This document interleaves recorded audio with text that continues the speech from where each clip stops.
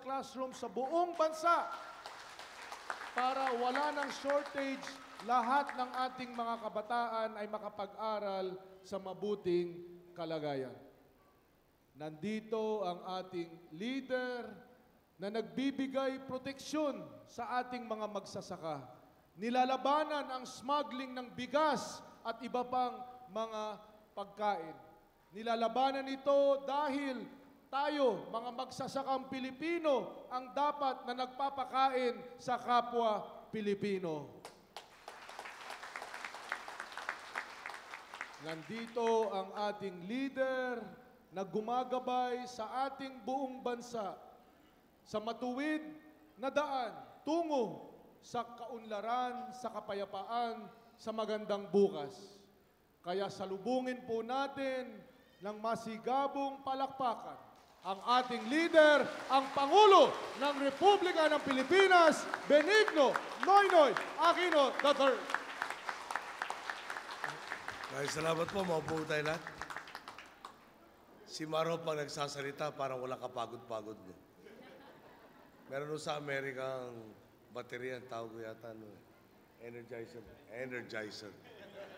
Yung energizer po, na baterya, ang advertisement nun, meron pong rabbit na battery operated. So ilalagay po yung baterya doon. So ang slogan po nun, the bunny that keeps on going and going and going and going. Kada komersal mo, malayo na nanalaktaw ng bunny. Eh kung ganyan ako kasangga natin tulad ni Mar, medyo gumagaan lahat ng trabaho. Kaya mabuhay ka, Secretary Marcos. Secretary Jun Abaya, talaga naman po ito magiging susi sa pagpapaganda ng transportasyon natin sa buong Kabikulan. Next zero yung commuter train. Yung airport po sa Naga, matagal na yung siyempre tinitiis na sometimes pwede, sometimes hindi. Di ba? Yung dumating ka na sa Naga, biglang pababalikin ka na Maynila dahil hindi makalanding. Hinahanapan na po ng mas magandang lugar na magiging permanente.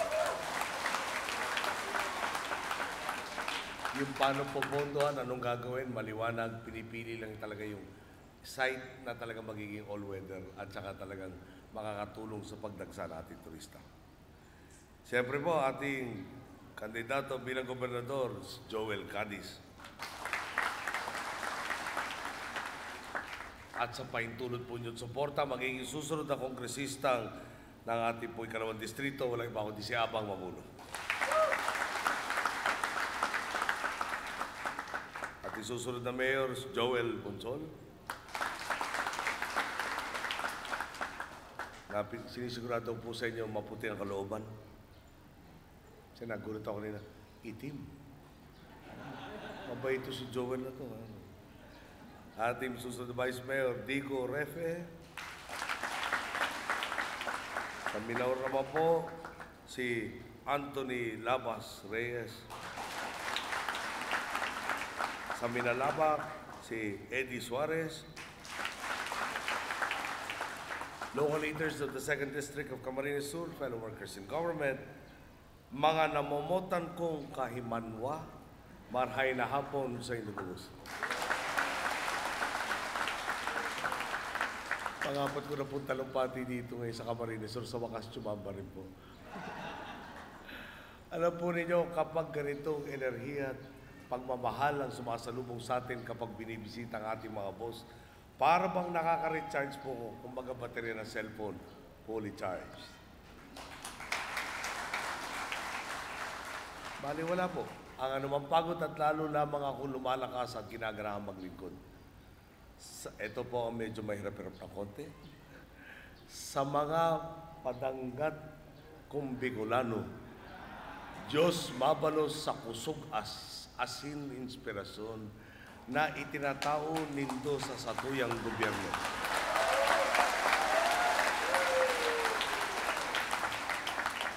Kamuman giraray ang nagigibo kan lambang pagbabago sa satuyang nasyon.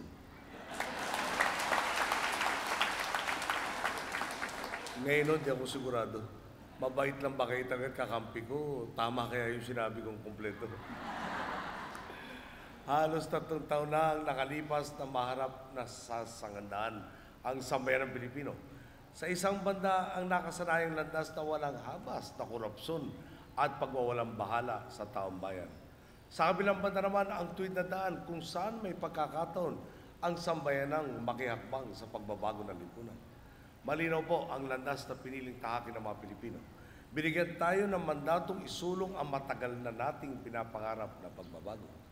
Hindi natin sila binigo. Agad tayong kumilos, pinatunayan natin posibleng mangarap muli, posibleng palitan ang dating sistemang sarili lamang iniisip ng isang pamahalang totoong naglilingkod sa bayan. Sa panahong iniisip ng marami na suntok sa buwan ang pagbabago, nanindigan na ang mga Bicolano at sinimulan ang pagakbang sa matuwid na daan ng pagdadamayan at pagkalinga sa kapwa. Isa sa mga naunang kasama natin doon, si Abang Mabulos. Kung babalikan po natin, di ba napakalayo na ng sitwasyon ngayon? Sa masalimut na kalagayang ipinamana sa atin ng nakaraang administrasyon. Noon po, tuneladang bigas ang hinahayaan nilang mabulok sa mga bodega. Ngayon, napipinto na natin mapitas ang bunga ng industriyang ito. Bago matapos ang taon, ang pangako po sa atin ni Secretary Alcala, di lamang tayo magiging rice self-sufficient, posible na rin tayong maging rice exporter.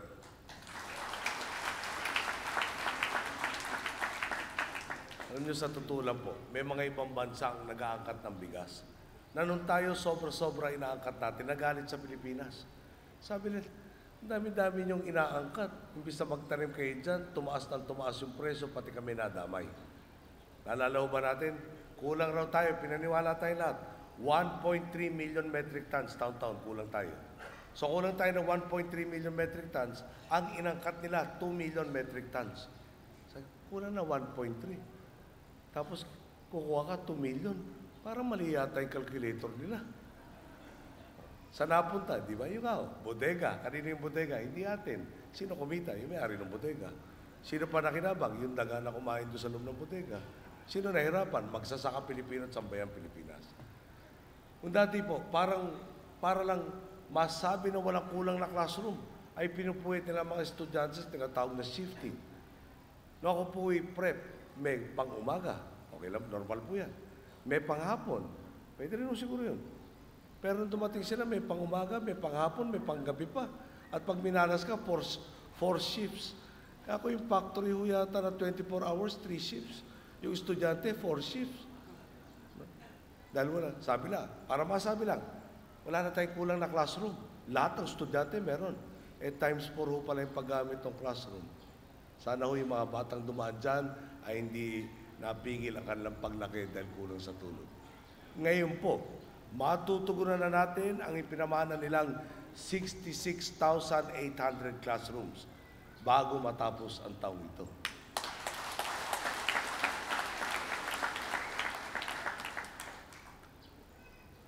Sa kanila pong 4-piece program, 800,000 ang naparehistro nila sa Pantawid Pamilyang Pilipino program. Sa 9.5 years po, yun ang achievement nila.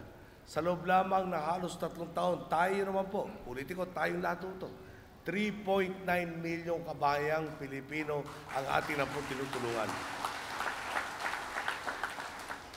Good news pa po, sa Pantawid Pamilya sa inyong probinsya, halos na punuan na natin ang target sa taong ito na mahigit 108,000 household beneficiaries. Ang masakit lang po, sa ibang lugar po, narinig natin, may mga balitang umaabot po. May mga abusadong politikong ginagamit ang programang ito para makakalap ng boto. Sabi po nila, tatanggalin daw sa listahan ng sino mang hindi iboto ang kanilang pangalan. Sabi ko, talaga naman may kay mga taong ito. Kaya lang hindi po karapatan. May kakapalan ang mukha nitong mga ito.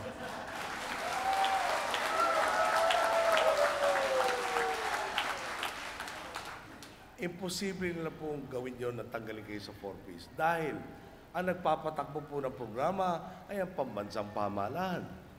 Ang ahensya DSWD. Ang namili ng benepisyaryo, National Household Targeting Survey ng DSWD. Hindi po ito patsamba-tsamba at kapritsyo. Hinahanap sino ang pinaka-nangangailangan at yun ang inilagay sa programa. Dadagdagan pa natin ito dahil gusto natin po mapuno yung 4.4 to 4.6 million na pinaka-nangangailangan ng pamilyang matulungan mayangat ang kanilang buhay. Palagay ko po, pag may lumapit sa inyo dito at tinakot kayo tulad ng payo ko sa ibang lugar, paalala lang inyo kung sino ang boss. At sabihin nyo, bago nyo kami tanggalin sa 4-piece, kayo na muna tatanggalin namin sa pwesto. Nakakapalo yata yung pinakulam na ako. Sa Mayo at 13 nga po, nasa kamay muli. Nating lahat, ang susi ng napipintong kinabukasan, lalo na po dito sa Bicolandia, at maging ng buong bansa. Tanong, pipili ba kayo ng mga pinunong ipepreno ang ating pagunlad at imamaniobra pabalik ang bansa sa karsada ng korupsyon at kahirapan? O iangat ba natin ang mga pangalang hindi lang magpapagkakatiwalaan, kundi aapak din sa silyador tungo sa ruta ng tuloy-tuloy na ginawa? Nasa likod po natin ang Team Pinoy at mga kakampi natin sa inyong lokal na gobyerno. At totoo po,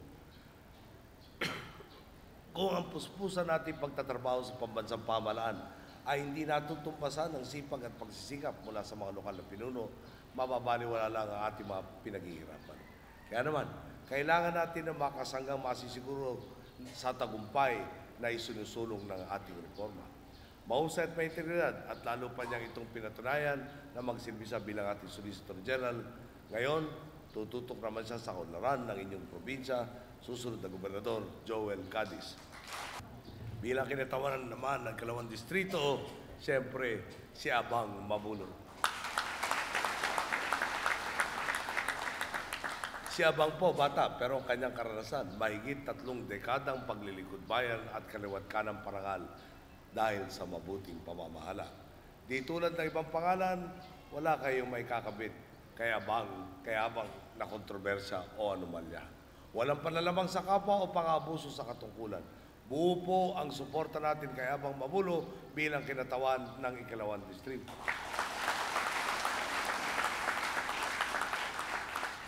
Alam nyo, kanina nag-landing ho kami sa North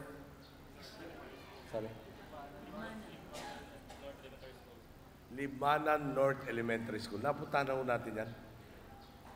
Ngayon, pagdating ko, sabi ko, ba, okay itong basketball court. Walang goal. Tapos, parang wala rin yatang court. Nung nahipan po nung helicopter, yung hangin, medyo nataboy naman yung, siguro mga 30% ng damo. Pero iba ho. Okay ito, sementado na, at damo nakapatong sa sementong court. Okay rin yan. Tapos nakita ko po yung goalpost ng soccer. Uy, baka may na-inspire ang Askal. Pero wala akong net. At wala rin yata marka kung saan ba yung hangganan ng goal, ay nung field ng football. Hindi ba na rin yun? Sabi ko, tuturo ko na lahat to kay Brother Armin. Pero hindi ko talaga maintindihan. Meron pong hagdanan. No? Di ba? Nakita niyo yung hagdanan? Hanggang ngayon po iniisip ko, ano kaya silbi nito hagdanan na to? Walang pinupuntahan. Sabi ko, hindi naman...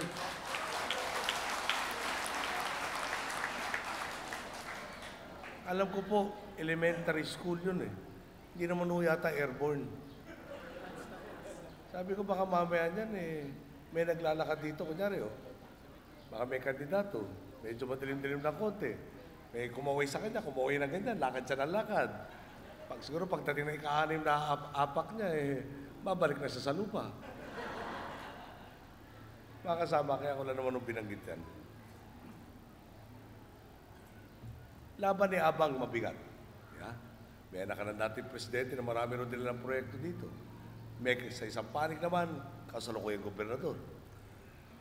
Siguro, pwede natin sabihin, yung dalawang nakapwesto ngayon, may pagkakataon na maramdaman ng kalinga ng kabataan. Si Abang, wala pa ho sa pwesto, dati po sa mayor. Si Abang ho, mabigat ka ang laban. Pero kami ho, hindi kami umatras sa mabigat na laban. Basta tama ang laban, inilalaban natin.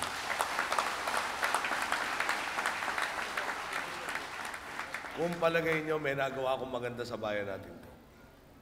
2-7, kasama ko na si Abang, bagamat ako'y pinag-iinitan. Siya, mayor nung panahon na yun. Ako pinag-iinitan na dapat di manalo. Nandun siya, sumama, tumabi sa atin. Kaya sa pinag-iinitan pagkatapos. 2010, ganun rin. Kasama na naman natin. Kung hindi ho nag-umpisa, mga tao tulad ni Abang, tulad ni Jesse, na naniwala sa atin, aabot ho kaya tayo sa estado natin ngayon. So sa kanila, maliwanag. Nung namuno sila, may pinuntahan tayo. Ngayon po, ako po'y nagtatanong lang, sabihin naman, inaatake ko yung hindi namin kasama. Siguro lang tatanong ko, pag kayo bang dalawa inabalik sa pwesto, dadami ho kaya tumahagda ng walang pinatutunguhan.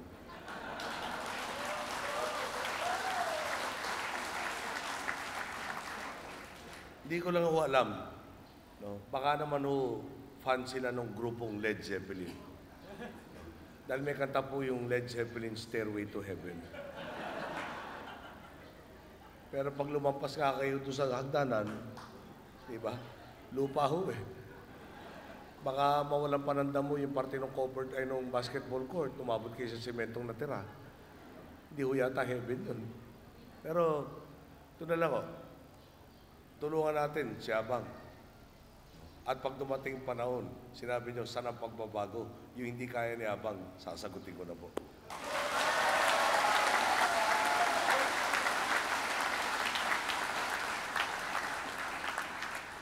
Ang sisiguro naman po sa tagumpay na limanan para mayor, si napakabait na Itim Bonsol.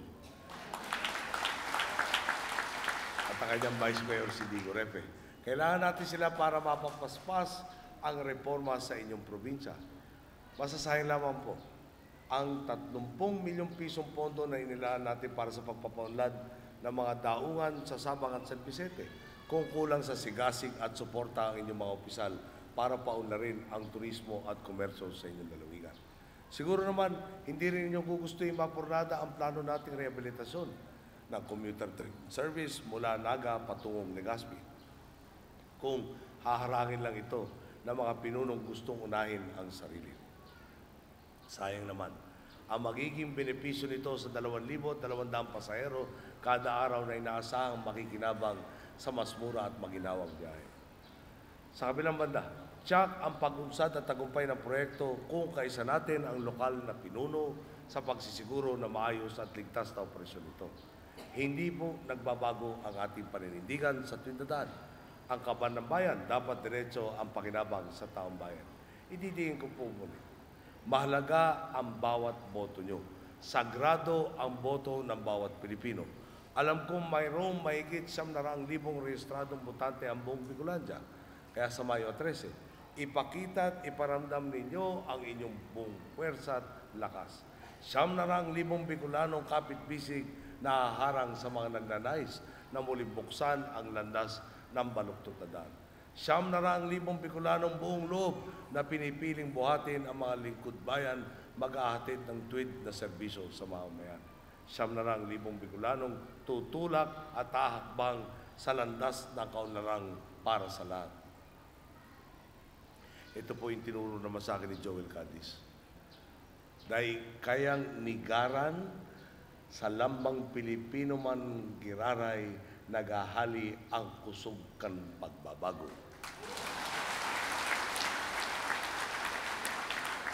Ipadagusta ang napunan tanglaban.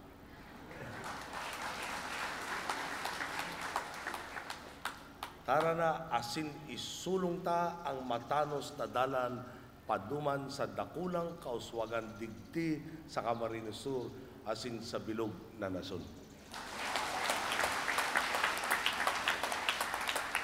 Para yung nasa likod, pwede na 75. Mga kasama, kukwento na lang sa inyo po. No? Dalawang bagay na lang. Nandun po ako sa isang karsadang ginagawa, mag-uugnay ng Ternate, Cavite sa Nasugbu, Batangas. Yung biyahe po parang hindi na makakalahati pag nabuksan itong karsadang to at matatapos po itong karsadang to katapusan ng Hunyo yata. Ngayon, 6 kilometers lang naman po. Kailan po inumpisahan yung proyekto? 1994. Kailan po matatapos? Hindi naman po 20 years. 2013. 19 years. Kayo na po magkwenta. Parang lalabas yata yung 300 metro kada taon. Eh no, ano sama nun? Kasi yung nasa Cebu, panturistang lugar. Pag pinadali mo sa turista makarating sa paroroonan niya, malamang maanyaya sa punta doon. Pagdating doon sa lugar na yan, may kailangan tiran. Yung hotel, yung empleyado, yung restaurant na kakainin, yung gagawa ng souvenir, yung tour guide, yung lifeguard, lahat may trabaho. Tama ho? O 20 years sa papakinabangan, nabitin. Dahil kung ano-anong pakay, imbis na gawin yung dapat gawin.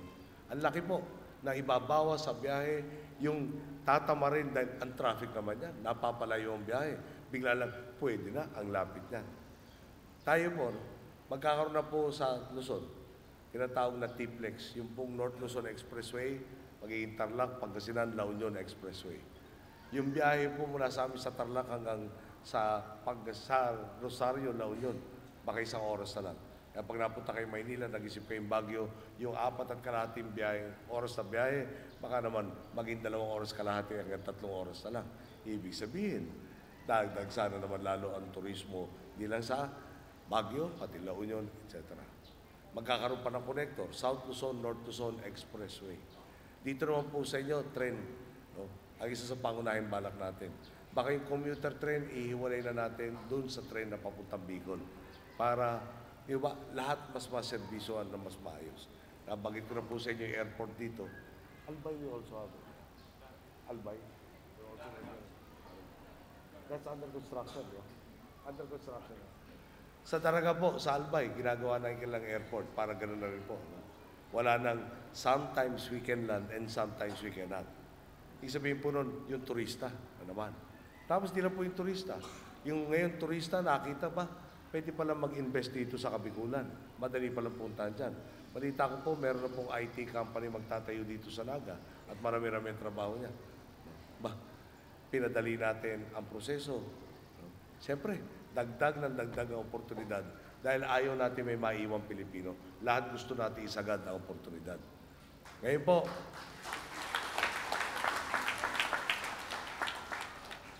pag nagkamali tayo ng tinulungan, dumating si negosante, can I have a building permit?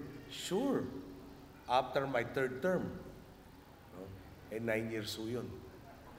How about an occupancy permit? Okay. After 5 years. No? Saan ko kaya pupulutin yung ating mga naghahanap ng trabaho?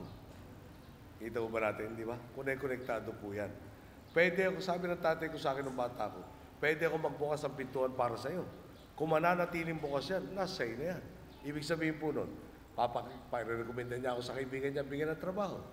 Pag dumating naman sa trabaho, nagbulak-bulak ko, hindi ako nagpapapasok, o wala akong tinulong doon sa kumpanya, si sante ako, maski kaibigan ng tatay ko. Tama po ba? Ganun ang papel ko. Pupunta tayo sa Kalakang Pilipinas. Lalabas tayo ng Pilipinas. Hahanap tayo ng dagdag na pagkakataon para sa Pilipino.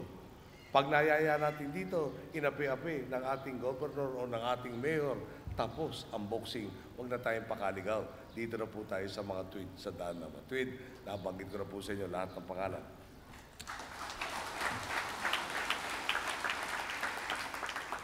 Mga boss nung 07, di hamak, mas pakapal ang buko. Palagay ko naman, sangayon kayo na talagang kumakain tayo ng gusto para talaga magkaroon ng pagbabago. Dahil ang bisyo nga natin, 2016. 11 a.m. more or less.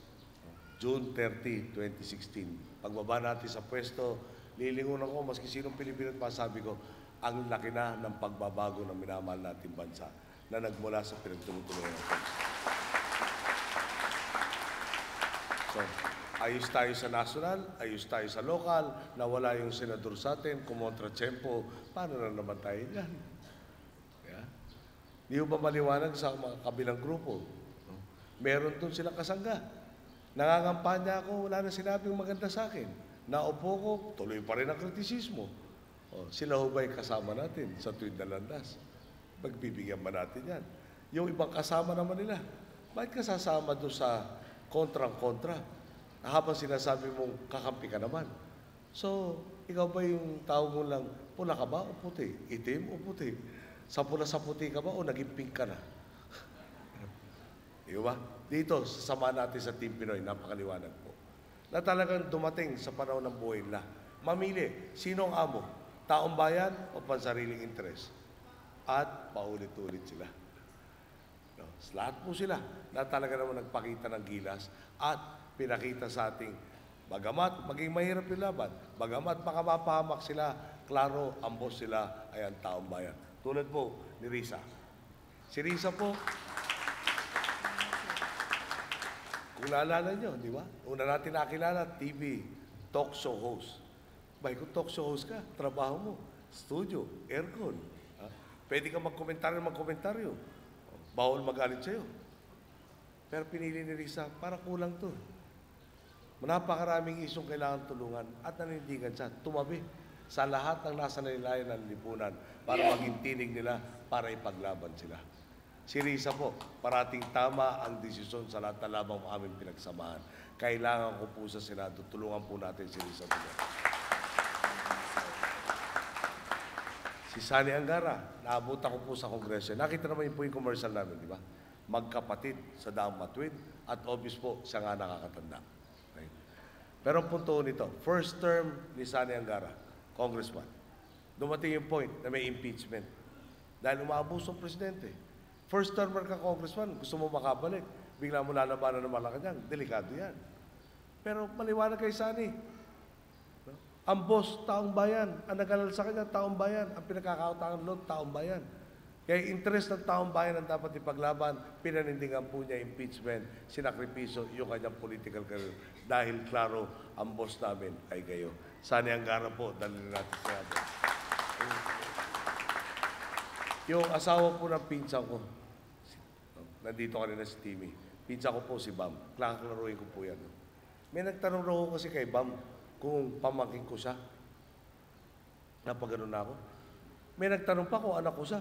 Sabi ko, Bam, pag nakita mo yung taong yan, hingi mo lang address. Sabi sa akin, bakit? Kanya, papadala ko na salamin, mukhang matindi na katarata niya. Dahil nakita naman po niyo, may poster kami magkasama, hindi ba? Hindi ba maliwanag na magkasindandaan din namin? Pareho edad namin ko kasi. Siya 35, ako po 53. Okay? Pareho kami, may 3 at may 5. Pero sa mas seryosong bagay po, tama yung sinabi na asawa niya kanina. 6 years old siya, pinatay ang tiyo niyang tatay ko. 6 years old siya, nakita niya. Kung ano ba ibig sabihin ng mawala ka na karapatan? At kasama namin siya na kailangan patibayin natin yung demokrasya, kailangan maging pakinabang sa lahat ang demokrasya. Kundi hindi pagtatanggol to. Balik na naman tayo. Ano, Barcelona na naman? Balik na naman tayo kung ano eksperimento? Hindi ho. Pinakamagandang sistema to. Si Bampo nagtapos sa Ateneo de Manila Management Engineering. Matinding kurso, makatapos ka. Makatapos ka lang, mamili ka na ng trabaho. Pero siya po, summa cum laude na, valedictorian pa, talagang pag-aagawan ka ng mga kumpanya. Pero kulang para sa kanya. Kaya ang ginawa niya, tinulungan niya ang mga kababayan. Karamihan kababayan na microfinance. May hanap buhay, walang kapital. Tinulungan ng skills tulad ng bookkeeping. Naghanap ng pondo para ipautang sa lab, pinalago, naibalik. Pautang yun, pinabalik. Yun po ang pinagkaabalahan niya simula po nung siya bago pa nag-graduate at lalo na pagkatapos mag-graduate. Tsaka mga problema po ng kabataan. Sabi po ng tatay ko at nanay ko, pag nagbitaw ka ng salita, panindigan mo. Ako po kaya ko i-garanti sa inyo. Eto si Bob, hindi ho pagkukulang sa serbisyo sa atin. At tulad ko, maliwanag muli, kayo nga ho ang ating mga boss. Tila napakahaba ko na ho ng salita. Pagpapasensya nun yung boses natin na matatagalan bago ko kayo mahandugan ng awit. Pero sana po pag nabalik ako dito, kunyari doon ako mapadpad ulit sa ating eskwelahan, meron na tayong hagdanang may pinatutunguhan.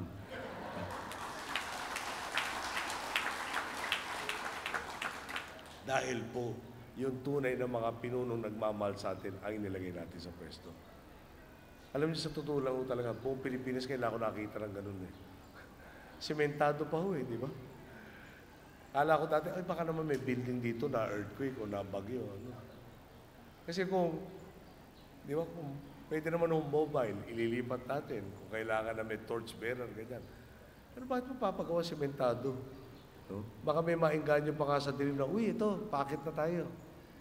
Paakit na tayo para bumagsak. No? Diti ko lang, ako, may kasama na ako sa sisi. Siguro dahilan ko na lang ngayon ko lang nakita yan.